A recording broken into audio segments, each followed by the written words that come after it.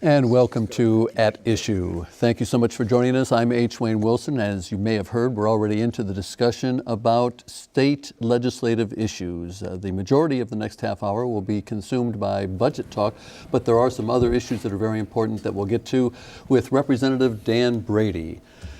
He is a Republican representing the Bloomington area. Thank you for joining us. Thank you, H. And we have two senators with us.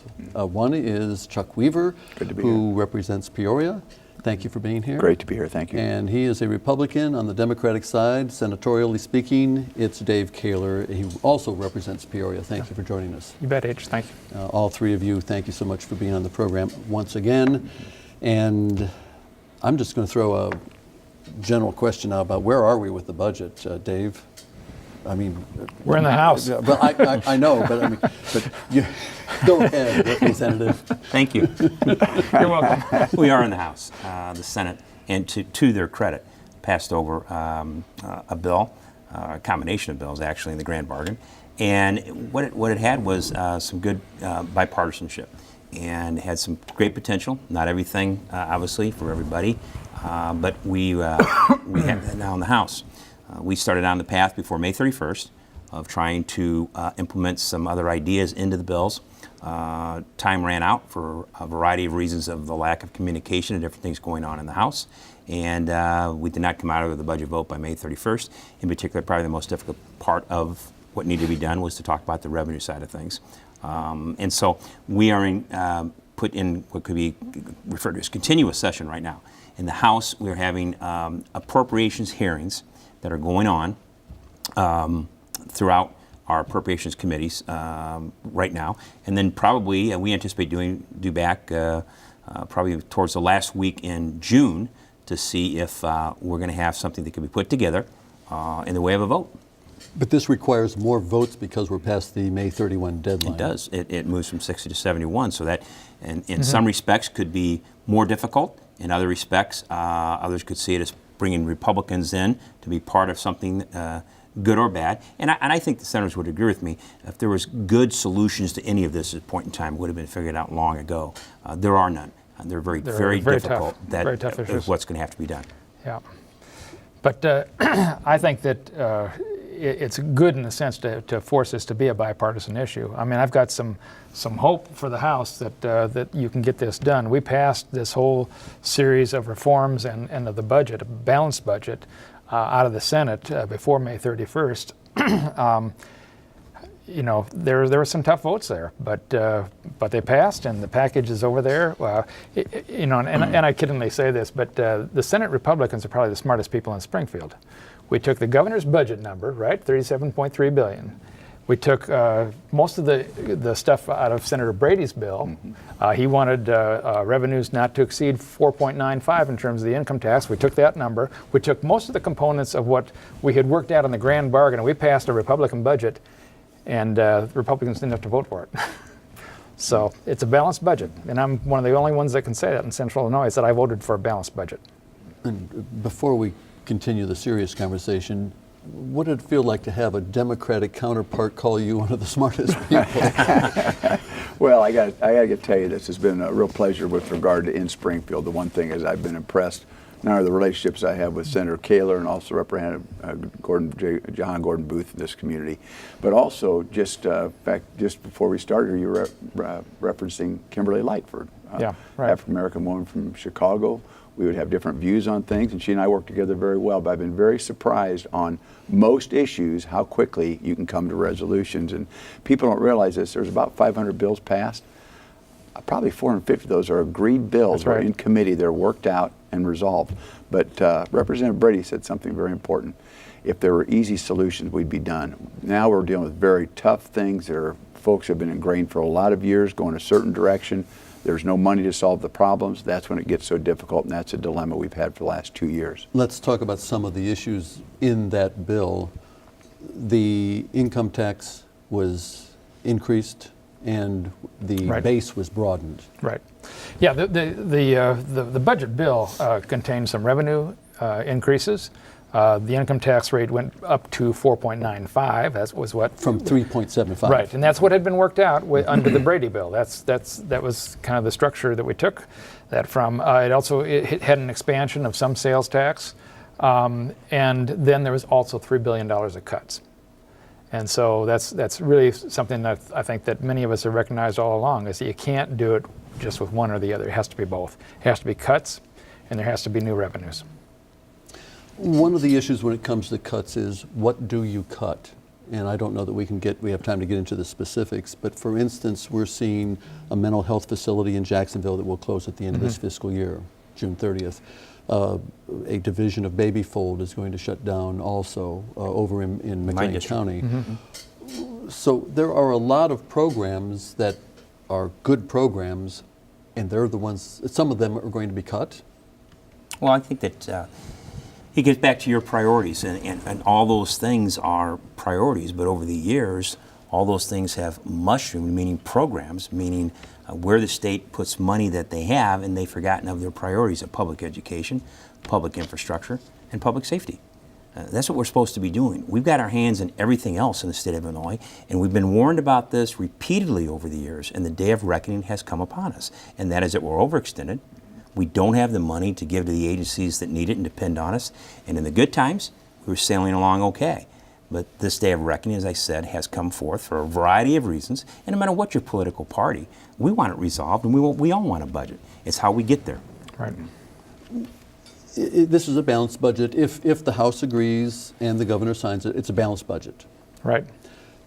That doesn't address the $15 billion in overdue bills, and it doesn't address and I'm not even sure what pension is, around $125 billion shortfall in pension payments. How do you go about addressing those kinds of issues? Well, we had a separate bill that talked about borrowing to help eliminate some of the backlog. That was not part of the package that we passed over to the House. Right. That is yet to come. So we have to still deal with that. But Don Trotter had a bill that would have borrowed about $7 billion. We would have had that debt service built into the future budgets for about 5 or 6 years, and that would have paid that back. So we still have to deal with that. But we need to get something done so that we have FY18 in place, because right now, because of all the consent decrees, we're spending money as if it were 2015, in which we had, for a partial year, that 5% income tax. And then it went away at the midpoint. So we're spending money based on that budget as if we had $39 billion coming in. We don't. We have $33 billion coming in. And that's why we're going in the hole $11 million every day into debt.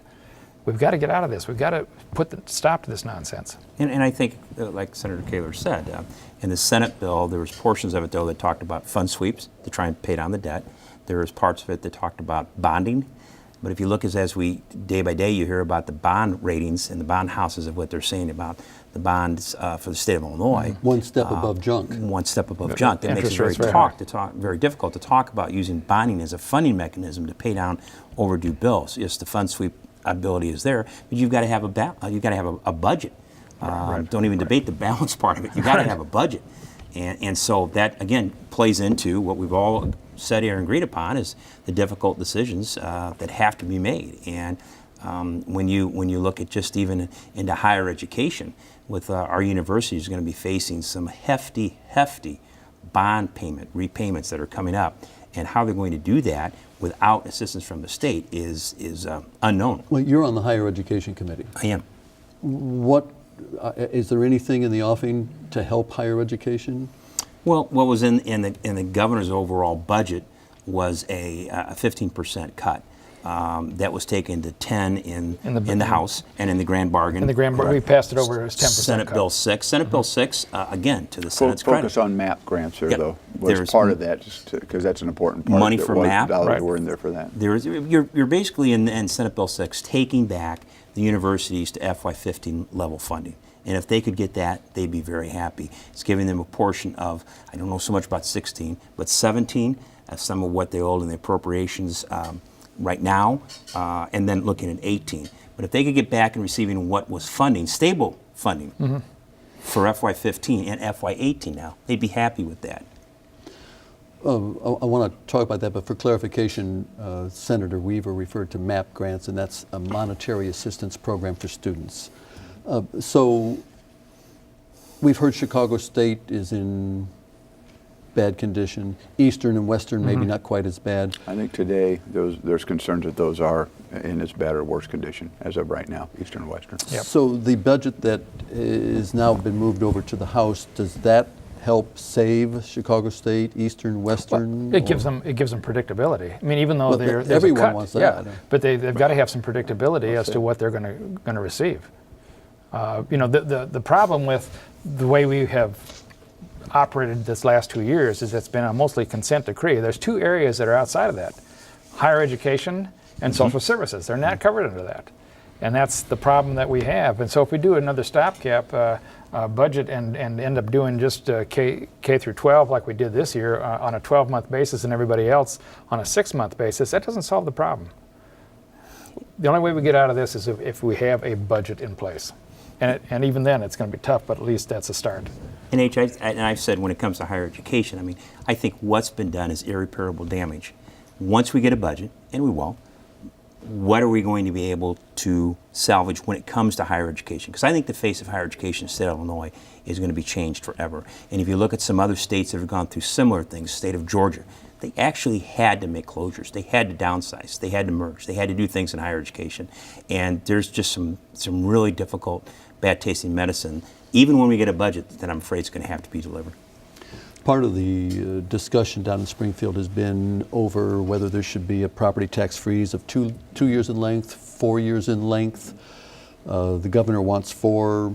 The grand bargain includes 2 years. Is that correct? Well, this wasn't the grand bargain. We passed this with mostly Democrat votes. So we took the essence of the grand bargain and basically had to pass it with Democrat votes. Can I stay on higher ed for one moment? Because Absolutely. there's a really good op-ed that Jim Nolan, I don't know if you know Jim from Stark County. Yeah, he's up in Highly- Tucson. Exactly. Yeah, was a state representative at one time. Right, and he wrote an op-ed probably 4 months ago about higher ed, and that they used to call them blue ribbon panels, right? Back in the 70s was the last time we really did a real analysis of higher ed, and the time is now probably to do that again. And I didn't realize you're on that committee, but I'll work with you. Chapin Rose and I have begun working on the concept of how do you take a look at where we are today. The realities are things have changed a lot with regard to education. We probably need to be redoing some of our models so that if we're working with a lower amount of money, we can do it in an effective way to still educate our kids properly. Okay. Let's go back to the property tax freeze. I'd like to get your opinion on, does the state really need to be imposing a property tax freeze? It has nothing to do with the budget, the state budget, but it will impact local communities. It will impact school districts, park districts, cities, etc. There is one reason why we passed a 2-year property tax freeze, and it's not good enough for the governor. We know that. It's because it was on his turnaround agenda, and the part of the grand bargain was to try to give him something, in terms of what he was laying down as his line in the sand. And so, I didn't like voting for a property tax freeze because what it does, especially under the Brady budget, you took away the local government distributive funds as well, which local units of government really depend on. So you're going to freeze their property taxes plus take away state support. Boy, that puts a lot of them in a bind. The well-to-do communities are going to do fine, but the ones that are really struggling are going to really have a tough time. So part of this was to try to work with the governor and meet him halfway on some of these things. And whatever we did, the goal was supposed to keep moving, and the governor just said, no, not good enough, not good enough, not good enough. And we finally, at the end of May, had to go it alone and say, okay, we're going to take the essence of what was the grand bargain, and we're going to pass it as a Democrat package. There was a few Republican votes here and there on the thing, but we had to do that. I don't understand why this governor can't understand the concept of negotiating. It's give and take. It's give and take. I mean, some have suggested that his only goal is to destroy Madigan. That's pretty sad. We could probably discuss that issue We for an probably entire need to. evening. We probably need to for a minute. So how much input do you as a representative and senators have in the budgetary process? Or is it strictly, as we read, Governor and Mr. Madigan? Well, I think First, I believe the governor has come from a long ways from where he was. He got elected to make a change. We have Illinois that is number 50 in so many areas, unacceptable, and it's because of past leadership that's got us here, and his position has been, we can no longer just continue as usual. So he has drawn a line in the sand in some areas, and I believe in him in those areas. He has drawn a line in the sand. But he started with 42 items. Maybe not the right way to negotiate. We can second guess him for that. But he has brought that down to, generally, he's talking about 3 items that he wants to see changed. And I think there's negotiation there from that perspective. So let's, the other side of that is 8 critical bills were passed over to the House.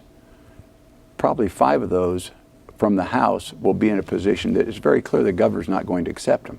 So what's that about as well, that Madigan's sitting there and these bills come to the governor's desk knowing he cannot accept them? So we can't just put this blame on the governor with regard to this. We also have to look at Speaker Madigan and the fact that we've gotten to a position and it's time we have to change. We're facing so many global issues as well as technology that's going to be affecting our workforce for years. We have got to change quickly to figure out how we're going to keep our people employed. We're losing jobs out of the state, and it can't be business as usual. We've got to make changes and reform, and property tax freeze is one of those. The reason he ties that in is because we have the second highest property tax in the country. Behind New Jersey. Yeah. I don't want to take too much time. Can I just give you one quick example Sure. of that? I called a friend of mine it's probably been 5 weeks ago now. Just had a conversation about some other things that were on our minds. And I said, how's your business? He said, it's good since I went to Indiana. And I said, I didn't know you were in Indiana. He said, well, I took my 240 employees across the state line. And I said, well, I want to understand that. Would you give me the dynamics of how that affected your business? And he said, well, unemployment insurance, property tax, workers' comp, between those 3 things, it affected my bottom line by 3%. Okay, now, if you're a guy making 8% in Indiana or 5% in Illinois, that's a pretty tempting proposal. He said, my accountant and my attorney were so pleased with how they represented me doing this, they're now writing white papers on how to leave the state. And we can't have that. Now, first, you can't blame that businessman for making those decisions. If he's only making 5% and he gets into a tough time, he's out of business. He's got to seek a proper return. But that's the dynamics we're dealing with. And that's the most recent story. I could give you story after story. And who's suffering? When you talk about young guys shooting each other in Chicago, jobs would solve a lot of those problems. And that's so critical. We've got to figure out how to keep our jobs in our state. So then, but why wouldn't the governor accept $120 million of savings in the workers' comp bill that was negotiated as part of the grand bargain? I mean, this is what happens is that perfect becomes the enemy of the good. We have a negotiation, and I can't say enough good about Christine Radogno. She has been a tremendous minority leader in the Senate. President Cullerton, they've worked well together. They've tried to come together on these issues and to do what they can do. All this is just not good enough. Well, and I know what you say about the Speaker, and love him or hate him, the Speaker had nothing to do with the governor blowing up the grand bargain in the Senate. I mean, we were going to vote on this in January. We were going to vote on it in February, March, April, and all of a sudden, finally the pension bill. I think you voted for the pension bill reform. Mm-hmm. Correct. We gave him everything he wanted. He wanted the consideration model that Cullerton had talked about. He wanted the 401k, the defined contribution. We gave him that. It's like, when does it ever become good enough?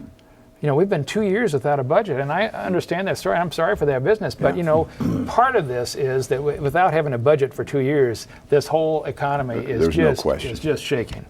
Mm-hmm. I know he was going to shake up Springfield, but don't shake up the whole state and leave it a mess. Your perspective, Representative, is this a case of Mr. Madigan versus Mr. Rauner, or is there any input from the rank and file? Well, I think there's input from the rank and file, and once again to Senator Leader Radogno and President Cullerton, and both sides of the Senate. I commend them for all their hard work in coming together. I wish that was there in the House. It's not.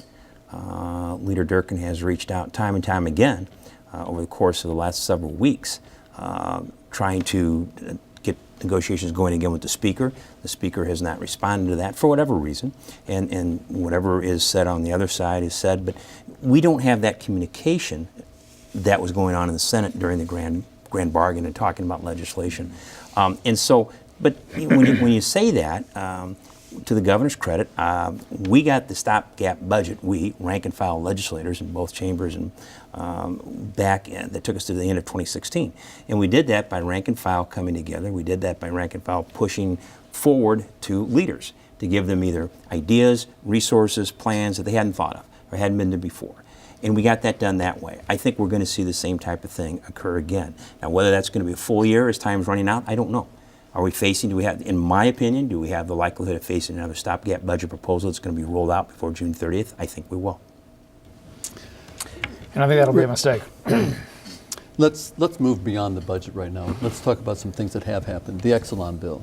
Yeah, I thought that was a very well done bill. I think the governor proved to me that he can negotiate because he stepped in. That bill was in trouble, and he basically saved it at the very end. The Exelon bill, saved 2 power plants that have over 1,200 jobs, high-paying jobs.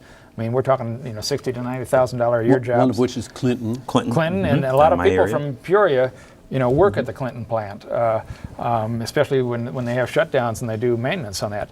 So that was an important piece of it. And the debate was it was kind of interesting, and the vote was all over the place. You couldn't Yes, it was. say, it was Republican and Democrat for it and against it. But the important part of that bill was that 70% of that bill actually dealt with the renewable energy prospects that we have for Illinois. Solar energy is going to explode in Illinois. The technology is there. I serve on a national committee for the NCSL, the National Council of State Legislators, on energy policy. Sue Resin and I serve on that. And we've seen that solar is ready to go. The hardware, the technology is now affordable. It's now going to be offered with incentives for communities, for individuals. They have community solar, which means that if you are in a neighborhood which basically can't afford to have solar on individual rooftops, you can do it as a community project. So I think there's going to be something for everybody in this, and it's going to produce jobs. We have to make sure we do, and you can work with me on this, is we need to get a solar panel manufacturer right here in Peoria. Because if we buy our panels from China, it doesn't help us. Let's talk about it. Buy USA-made panels. You bet. What about assessment testing? Yeah, thanks for asking about that. One of the biggest concerns I've had in Springfield is it's laymen, all of us are laymen, making decisions about things that impact professionals every day. And too often it's coming at us so fast, and I think you guys probably feel that same experience even as long as you've been there, that things come at you so fast. How can we get deep enough? So the thing we were talking about earlier in the green room was there's going to be assessment changes coming. The park contract is up. And what is the right way for us to go forward with regard to assessments, with regard to how we're looking at the advancement of our children. And we're just starting some listening tours for educators around my district over the next 5 weeks. Did the last one on Friday. And these people are so intelligent, and they understand this testing so much deeper than I do personally in Springfield. I think a lot of folks that have other jobs down there, and it's important to listen to them on where we're going. A final thought. We keep talking about there is no room for compromise in Springfield, but an example might be criminal justice reform. That was a big move in the House. Representative L.G. Sims, our leader Jim Durkin, came together on legislation that had Republicans and Democrats together on key issues of reform when it comes to the criminal justice side of things. And so things can be done in Springfield, and I think both the senators would tell you things can be done in Springfield with rank and file.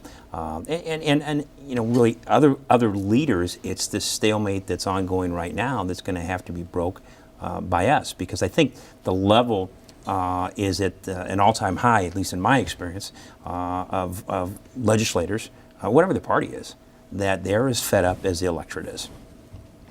Yeah. And this is some, and just in general, relationships in the Senate between Republicans and Democrats are very good. I think so. Very good, and I suspect this is such in the House, because you work on bills all the time. In fact, one of the people that I work a lot with is Kyle McCarter. There's a few areas that I can work with Kyle on, and we do very well. Yeah. But And he's He's extremely conservative. very conservative. There's a lot of things I don't agree with him on. Right, but no. But where we do, but the personal relationship is there. Criminal justice reform has just been one of those areas that has naturally brought the two parties together because we need to change things. And the one congratulatory note that I give the governor is that appointing John Baldwin as director of Department of Corrections is brilliant. John Baldwin is just a really visionary guy about where we should be going with the criminal justice system. And I've told him time and time again, you've got all my support. Whatever you need, I'm going to support you because I believe in what you're doing.